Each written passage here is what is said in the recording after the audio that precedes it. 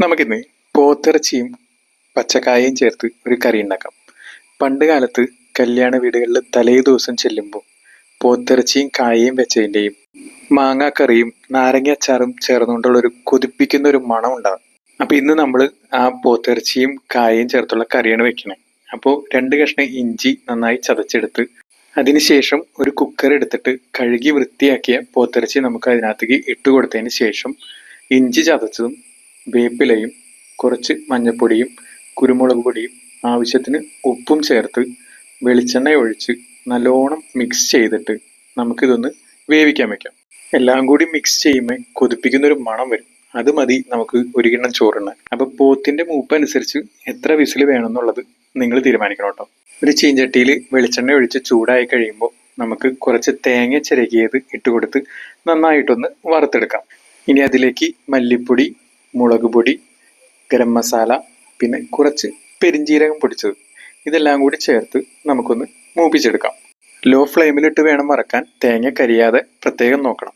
ഇനി ഇതിലേക്ക് വേണ്ടത് പച്ചക്കായയാണ്.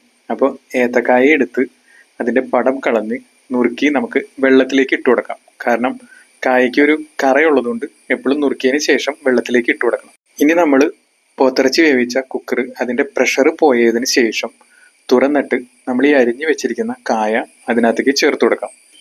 കായ ചേർത്തതിന് ശേഷം ആവശ്യത്തിന് ഉപ്പും ഇട്ട് കുറച്ച് വെള്ളം കൂടി ആഡ് ചെയ്ത് നമുക്ക് ഒന്നും കൂടി ഒന്ന് വേവിക്കാൻ വെക്കാം. ഇനി ഒരു വിസിൽ മതി കേട്ടോ, അല്ലാന്നുണ്ടെങ്കിൽ കായ വെന്ത് ഉടഞ്ഞു പോകും. അതിനുശേഷം നമ്മൾ നേരത്തെ വറുത്ത് വെച്ചിരിക്കുന്ന തേങ്ങ ഒരു മിക്സിയുടെ ജാറിലേക്ക് ഇട്ട് കൊടുത്ത് കുറച്ച് വെള്ളം കൂടി ഒഴിച്ച് നമുക്കൊന്ന് അരച്ചെടുക്കാം. ഇനി ഒരു പാത്രം അടുപ്പത്തേക്ക് വെച്ച് അതിനകത്തേക്ക് വെളിച്ചെണ്ണ ഒഴിച്ച് ചൂടായി കഴിയുമ്പോൾ ചതച്ച ചുവന്നുള്ളിയും വെളുത്തുള്ളിയും കുറച്ച് കറിവേപ്പിലയും ചേർത്ത് നമുക്കൊന്ന് മൂപ്പിച്ചെടുക്കാം. നന്നായി മൂത്ത് കഴിഞ്ഞ് കഴിയുമ്പോൾ നമുക്ക് ഇതിനകത്തേക്ക് നേരത്തെ അരച്ചു വെച്ചിരിക്കുന്ന നമ്മുടെ അരപ്പ് ചേർത്ത് കൊടുക്കാം. ഈ അരപ്പിൻ്റെ ഒരു പച്ചമണം മാറി കിട്ടുന്ന വരെ നമുക്കിതൊന്ന് വേവിക്കാം. അതിനുശേഷം നമ്മൾ വേവിച്ച് വെച്ചിരിക്കുന്ന പോത്തിറച്ചിയും കായയും നമുക്ക് ഇതിനകത്തേക്ക് ചേർത്ത് കൊടുക്കാം. ഇനി എല്ലാം കൂടി ഒന്ന് വെന്ത് സെറ്റാവേണ്ട കാര്യമുള്ളൂ. നമ്മുടെ കറി റെഡി ആയിട്ടുണ്ട്. ഒരു പക്ഷേ കല്യാണ തലേന്നത്തെ ഈ കറി ആയിരിക്കും പിറ്റേന്നത്തെ ബിരിയാണിയേക്കാൾ ഗംഭീരമായിട്ടുണ്ടാവുക. അപ്പോൾ എല്ലാവരും തീർച്ചയായും ഇതൊന്ന് ഉണ്ടാക്കി നോക്കണേ. അപ്പോൾ നമുക്കൊന്ന് എൻജോയ് ചെയ്യാം.